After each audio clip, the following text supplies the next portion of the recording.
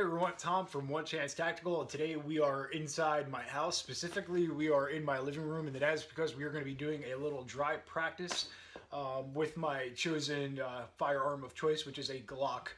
I guess just to cover bases real quick, just to define dry practice is the use of your chosen firearm without the use of ammunition in a safe environment, which is typically your home.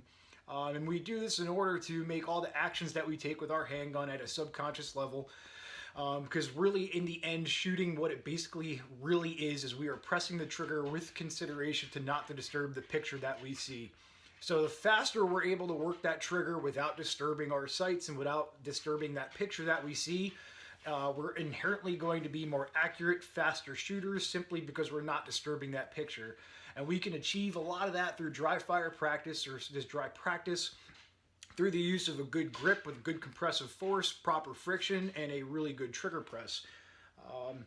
I dry practice 7 days a week, and I shoot about 3-4 days a week, and that's because I have 2 ranges. Life's pretty good. For dry fire practice, what I've been doing for quite some time now, I was using Glock OEM mags, and then I got my hands on some ETS mags, and I'll take 2 dedicated magazines and I'll remove the guts from them. Not to circumvent safety or anything, but this is physically incapable of holding any sort of ammunition at all. And you can work on mag changes all you want while still cycling your slide, and you won't have it locked to the rear. So I have 2 dedicated dry practice magazines that I remove the guts from. Now, when I do dry practice, for years and years, I would say you are kind of only limited by your own imagination and what you're kind of willing to do and not. So when I did my dry practice, you work a lot on the draw, you can work on mag changes, obviously sight alignment, sight picture, break out your pro timer, or if you have an app on a cell phone, that works too. Put post-it notes on the wall. You can work on steering your gun from one post-it note to the other.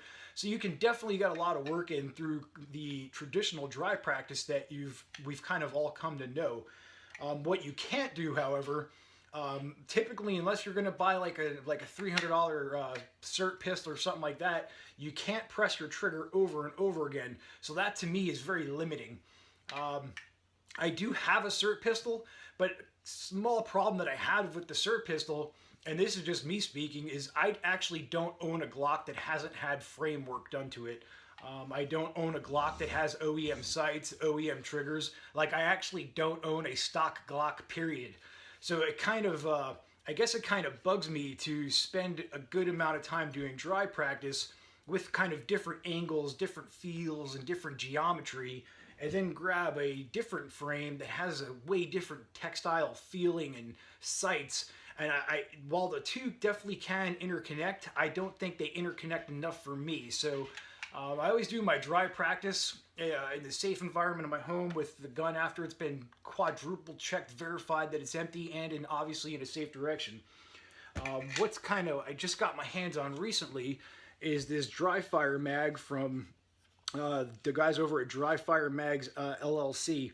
What this does is once you insert it into your mag well with a good firm seat, it enables you to continuously press your trigger over and over and over again, which that in turn opens up a whole myriad of possibilities for us. Couple neat features about this, and I'll talk about one thing that I didn't particularly care for too much, although I don't think it was a big deal. As I said, all my Glocks all had a little bit of work done to them. This thing comes out of the box with your standard 5.5 pound OEM Glock trigger feeling. However, you can adjust it up or down either direction, and to increase or decrease the feeling of your trigger press, and you can also adjust the amount of pre-travel that goes into the magazine itself. So you have 2 adjustment points on the back. I'll bring this up. This one right here on the top, that is your number 10 Allen key. By adjusting that one, you can adjust the length of pre-travel before you kind of get to that razor's edge, that predictable wall. So if you had an aftermarket trigger, in my case, my triggers are all by Johnny over at Johnny Customs Glocks, and I think he is like a trigger genius. you can adjust this to just about mirror or match the trigger that's currently in your Glock. And if you want a little bit of a heavier or a lighter trigger pull, right down here on the second hole, it's a little baby Phillips head screwdriver, and just adjust that guy about 1/8 of an inch of a turn at a time, counterclockwise or clockwise, depending on if you want to go heavier or lighter. And this number 10 Allen key right here, it's a full half turn to adjust the pre-travel. One thing I didn't like about this, and I'll kind of briefly go into it. Here is one of my other Glock 19s, and it is clear. When you guys first get this magazine, what I'd recommend that you do is, with your trigger on the frame in the forward position, go ahead and seat this guy and take a look, and I'll kind of step off the camera real quick. Take a look in here and actually see how it's behaving and interacting with your gun before you kind of jump into dry practice. I'm going to throw up a picture on this screen right here. What you're looking at right now is the left side of what we're going to call this foot. And when this was actually I first got it, it was rubbing on my slide stop lever. Now I'll kind of get as close as I can to that camera.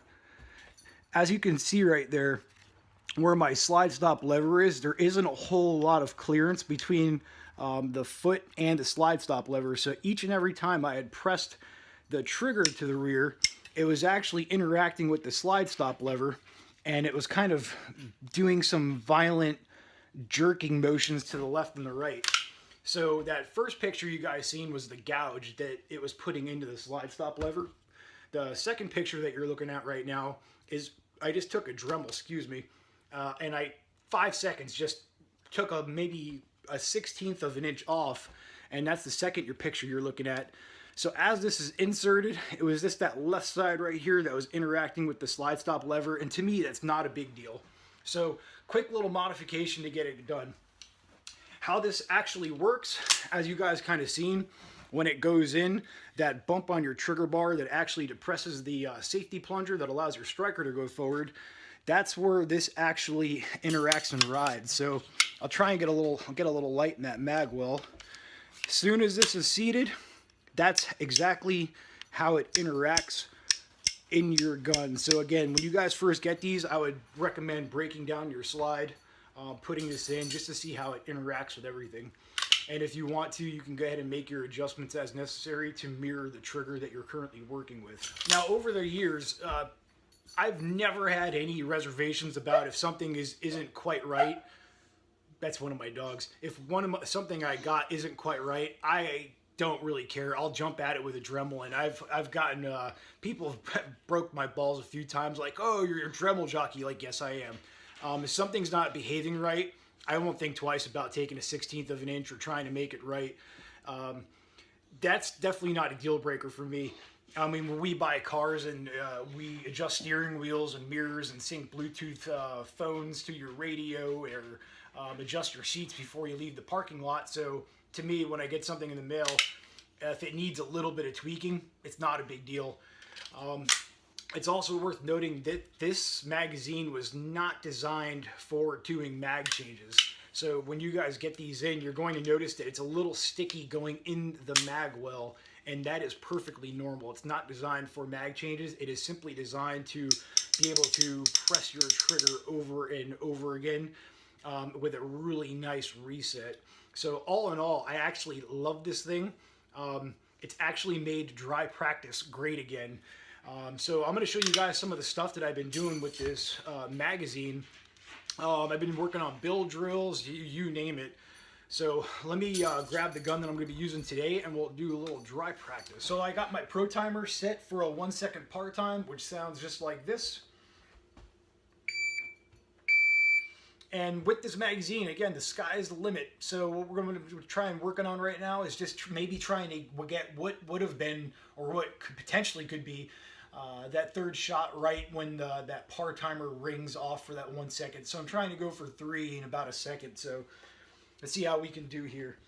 Again, we're in a safe direction. We got the post-it note up on the wall. It's already going off, and I didn't even touch it. So let's see how we can do.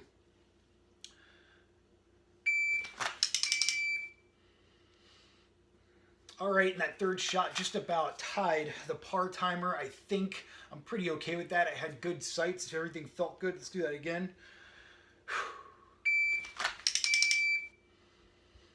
Felt good again. Let's do one more repetition of that, and maybe we'll do a couple build drills.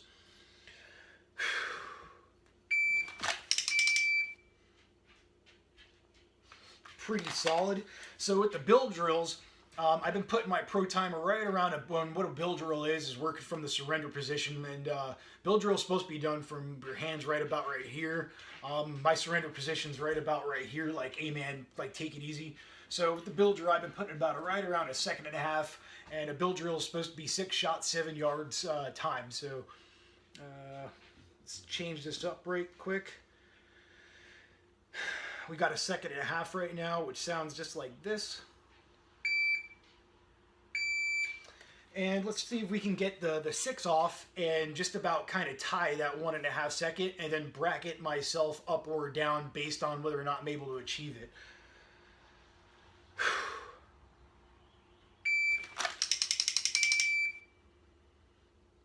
And that felt pretty damn good. It's worth noting that when I've been working with this magazine, I will spend 20, 25, maybe sometimes 30 minutes. And in context for me, that's quite a long time to do dry practice. I normally do dry practice for about 15 solid minutes at a time. But this magazine's actually made it really fun where I can do things like that. Build drills, or you can do Kyle Lamb's 1 through 5 on post-it notes, or HSPs, that 22422, or even the 211 that I like to shoot a lot, which is kind of working cattywampus, left, right, right to middle. So the sky's really the limit when you start doing dry practice with this magazine. So let's try and do that build drill again.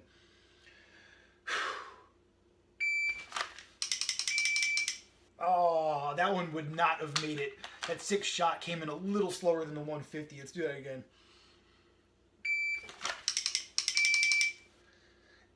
I don't know if you guys heard that. There was a little bit of trigger freeze right there. It was 1, 2, 3, 4, 5, 6. And I think that 6th one might have came in, had that been live fire, maybe around the 160 mark. But that's why we do dry practice. Let's do that one more time.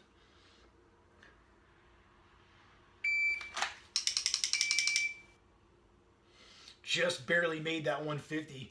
Had I been doing this live fire, this gun would be way too hot to reholster right now. And that's just really like the biggest thing about this magazine that I can't like stress enough. Shit, even if I had done like 10 build drills back to back, 10 build drills with 6 rounds apiece would equal a very hot gun. You'd probably have to lock and clear and set your gun down for a few minutes. So I actually think these magazines should actually come with your Glock when you buy it. I've been having a blast with this thing. It's been making my dry practice sessions a hell of a lot more fun, and truly has made dry practice great again. Kind of negative thing with them, they are kind of costly. They retail for 99 bucks, but in my opinion, if you guys get it and you're doing dry practice every day, or at least maybe every other day like we should be doing, this guy will pay for itself within maybe 2 weeks. So I definitely would recommend this product. It comes for all different framed Glocks. So if you have like a Glock 22, 23, 19, 17, 26, it works just in about all Glocks. You just get it for large or small frame Glocks. So I do not think they have it for the Glock 43 yet. So maybe that'll be coming down the pipeline. But for the rest of the Glocks out there, they have them for just about anything you want to use. And these things are just freaking awesome. This is Tom from One Chance Tactical. You guys stay safe, and thanks for watching.